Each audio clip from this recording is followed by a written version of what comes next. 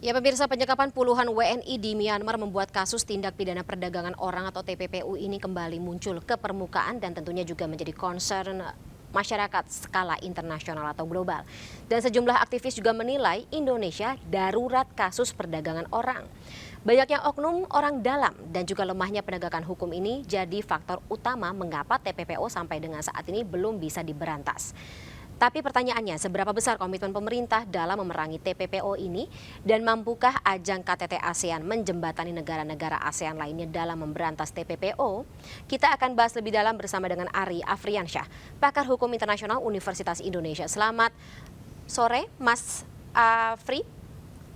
Selamat Mas sore, Mbak Ari. Fani. Baik, Mas Ari, kalau kita bicara mengenai TPPO begitu sampai menjadi sebuah concern skala global dan disampaikan oleh Indonesia menjadi prioritas utama untuk diberantas dikarenakan banyaknya warga negara kita yang jadi korban, tapi melihat bagaimana apa yang menjadi kunci kesuksesan supaya TPPO ini akhirnya bisa dienyahkan, diberantas. Ya, menurut saya kuncinya adalah kerjasama, ya, karena memang tindak pidana ini merupakan lintas batas negara dan juga terorganisir, ya. Jadi bagaimana sebuah negara itu bisa memberantas kejahatan yang transnasional ini, kuncinya hanya satu, kerjasama yang efektif dan setiap negara berkomitmen untuk melaksanakannya. Itu, Mbak. Oke, jadi tidak hanya Indonesia karena korbannya banyak dari warga negara kita seperti itu ya. Nah, kerjasama atau katakanlah implementasi konkret begitu yang bisa dilakukan antar negara ini seperti apa? Apakah memperketat begitu penjagaan dan juga pengawasan di perbatasan, kemudian juga akses keluar masuk seperti itu, Mas? Iya, sejatinya komitmen atau mandat untuk memberantas tindak pidana perdagangan orang ini sudah lama dilakukan oleh negara-negara ASEAN dan Mhm, juga dunia, terutama ASEAN kita sudah punya juga konvensi khusus mengenai perdagangan orang ini ya. mhm. Cuma mengenai efektif atau tidak ini kembali lagi tergantung pada pelaksanaannya. Tentu dari pelaksanaan negara-negara ASEAN yaitu dengan cara membuat peraturan nasionalnya masing-masing mengkriminalisasi tindak pidana ini dan itu Mhm. sudah dilakukan dan sekarang tinggal bagaimana para aparatur negara masing-masing yang bekerja sama terutama di ASEAN ini itu kembali menegaskan dan juga meningkatkan komitmennya dalam melakukan kerjasama. Dalam hal ini tentu banyak sektor yang terlibat ya.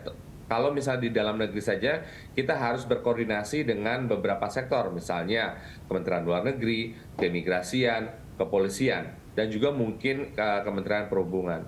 Karena perjalanan atau proses kronologi daripada tindak pidana orang ini mungkin tidak bisa terdeteksi ya dari Mhm. awal. Kalau Presiden bilang tadi harus dari hulunya, mungkin dari hulu mungkin belum tentu teridentifikasi ya karena kita mungkin pada saat berangkat para calon pekerja ini ya Nggak namanya juga tahu. ditipu ya. Iya, di Jadi scam. mungkin mereka dianggap sah-sah saja. Tapi Mhm. kembali ketika terjadi di negara lain, bagaimana apa yang harus dilakukan oleh para korban dan itulah yang kemudian harus dilakukan secara cepat, secara efektif sesama para aparatur negara ASEAN ini.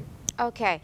Bicara mengenai itu tadi potensi scamming karena banyak sekali korban yang tertipu awalnya begitu.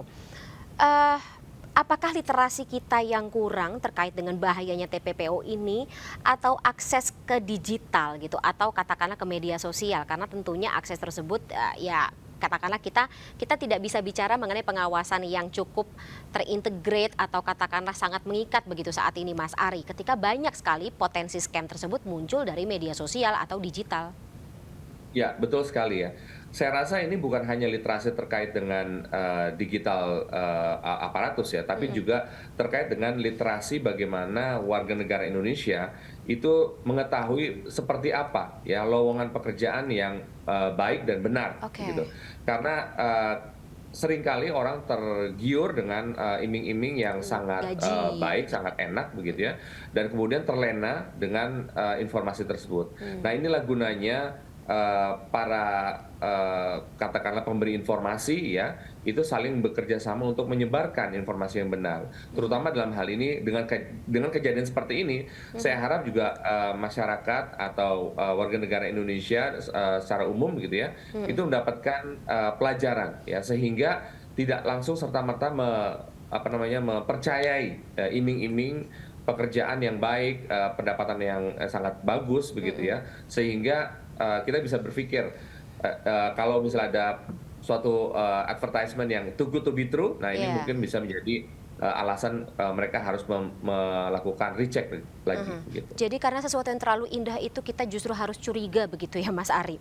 Nah, Mas Ari, Betul. kesulitan apa saja sebenarnya yang selama ini dihadapi tidak hanya oleh Indonesia tetapi kita bicara lagi mengenai apa ya dunia gitu. Bahkan skala global lagi-lagi karena TPPU seperti kata Mas Ari ini sudah berlaku atau sudah berjalan begitu lama proses pidananya atau katakanlah prakteknya seperti itu. Kesulitan terutama oleh Indonesia sendiri. Ini sebenarnya apa? Kembali lagi ya, saya rasa dari awal tidak bisa terdeteksi langsung, itu yang Hmm, pertama. oke. Itu akan baru terdeteksi ketika orang-orang tersebut baru sadar ketika mereka terjebak dalam sebuah tindak pidana perdagangan orang. Hmm. Dan disinilah pentingnya tadi informasi di lapangan ya, saya rasa intel-intel negara juga banyak di lapangan dan ketika ada segerombolan, mungkin ada kelompok-kelompok orang tertentu berada di suatu negaranya, itu juga harus kemudian meningkatkan awareness-nya. Nah Hmm. inilah kemudian ketika negara berkomitmen untuk melakukan pemberantasan perdagangan orang, saya rasa setiap negara akan melakukan upaya-upaya untuk meningkatkan tadi kewaspadaannya terhadap tindak pidana ini. Saya rasa eh, aparat penegak hukum dari setiap negara juga harus perlu ditingkatkan. Selain itu, koordinasi yang efektif inilah yang sangat-sangat mungkin Hmm. gampang diucapkan namun sulit dilakukan, Ya. yaitu koordinasi antar negara yang berbeda yurisdiksi. Hmm. Tadi salah satu hal yang simpel saja, ketika sekelompok orang yang dikatakan korban itu belum tentu langsung dinyatakan korban oleh negara setempat, sehingga ketika dia belum dinyatakan korban maka dia bisa saja dikenakan hukuman sebagai overstayer misalnya. Nah Hmm. hal-hal seperti inilah yang kemudian perlu ditekankan, mudah-mudahan dalam komitmen atau dokumen yang dihasilkan dalam KTT ASEAN yang minggu-minggu ini dihasilkan, saya rasa ini kembali dilaksanakan. Dan perlu dicatat bahwa dulu mungkin ya awal-awal perdagangan orang ini negara ASEAN sebagai asal atau transit, tapi sekarang sudah menjadi negara tujuan Hmm. terhadap dilakukannya perdagangan orang ini. Oke, negara tujuan maksudnya banyak sekali yang menggunakan korban-korban TPPU tersebut di negara kita atau negara-negara di ASEAN begitu, Mas? Betul, jadi akhirnya orang tersebut dieksploitasi bukan di negara luar ASEAN, tapi justru Oke. di negara ASEAN ini. Sehingga itu semakin menunjukkan bahwa perdagangan orang ini tidak lagi panjang perjalanannya, tapi cukup di lingkungan ASEAN. Nah Hmm. ini yang Hmm. kemudian tadi ada yang bilang sampai darurat perdagangan orang, saya setuju. Ya, karena Hmm. memang ini harus perlu ada tindakan yang luar biasa juga dari Oke. para negara ASEAN ini. Nah, perlu perjanjian khusus, Mas, lagi-lagi dalam skala internasional antar negara tersebut sehingga tidak hanya bentuknya dokumen atau kesepakatan bilateral Ya. begitu, tapi juga memiliki kekuatan hukum yang mengikat untuk negara-negara peserta. Ya, sejatinya untuk perjanjian hukum ya, dokumen tertulis kita sudah ada ya, Oke. ASEAN tentang perdagangan orang dan juga perjanjian di tingkat internasional terkait dengan transnational organized crime yang di dalamnya ada perdagangan orang. Hmm. Yang dimana itu tersebutnya kemudian mewajibkan negara ya untuk saling bekerja sama dan juga mengkriminalisasi tindak perdagangan orang tersebut. Hmm. Nah, kembali lagi ya ketika negara sudah melakukan implementasi di hukum nasionalnya, kemudian dia harus bekerja sama. Nah, inilah kemudian yang harus dilakukan dengan cara-cara yang kemudian disesuaikan dengan bagaimana keadaan negara-negara tersebut. Nah, inilah yang kemudian harus kita cari bentuk seperti apa nih di antara negara-negara ASEAN yang efektif, yang baik, yang kemudian semua saling bisa melaksanakan tanpa harus kemudian tekanan-tekanan dari beberapa pihak. Jangan hanya karena Indonesia kemudian sekarang menjadi korban, kemudian Indonesia yang semangat. Kemudian Oke. besok-besok ketika ada korban dari Malaysia, baru kemudian Malaysia yang semangat. Nah ini yang perlu kemudian perlu disamakan ya perspektif dan juga semangat kerjasamanya di seluruh negara ASEAN dalam KTT ASEAN ini kemudian ditekankan secara politik ya untuk kemudian menghasilkan kesepakatan yang belum tentu juga sebagai legally binding, tapi kemudian ini cukup efektif dilaksanakan oleh negara ASEAN. Oke, perspektif tersebut yang awalnya harus disamakan ya. Kalau misalnya ada korban dari negara A adalah korban bersama sesama anggota ASEAN sendiri begitu ya. Ya, Baik, betul. baik Mas Ari, terima kasih atas insight-nya dalam MNC News Now sore hari ini. Semoga ini juga menjadi pertimbangan tersendiri ya bagi negara-negara anggota KTT ASEAN bulan ini begitu untuk membentuk sebuah pekerja apa ya namanya kontrak internasional, kontrak skala internasional yang lebih binding lagi dan lebih ditepati, lebih dikerjakan begitu untuk sesama pelaksananya. Terima kasih sekali Betul. lagi atas waktunya, Mas Ari. Salam sehat Terima selalu. kasih. Sampai Selamat jumpa, sore. selamat sore.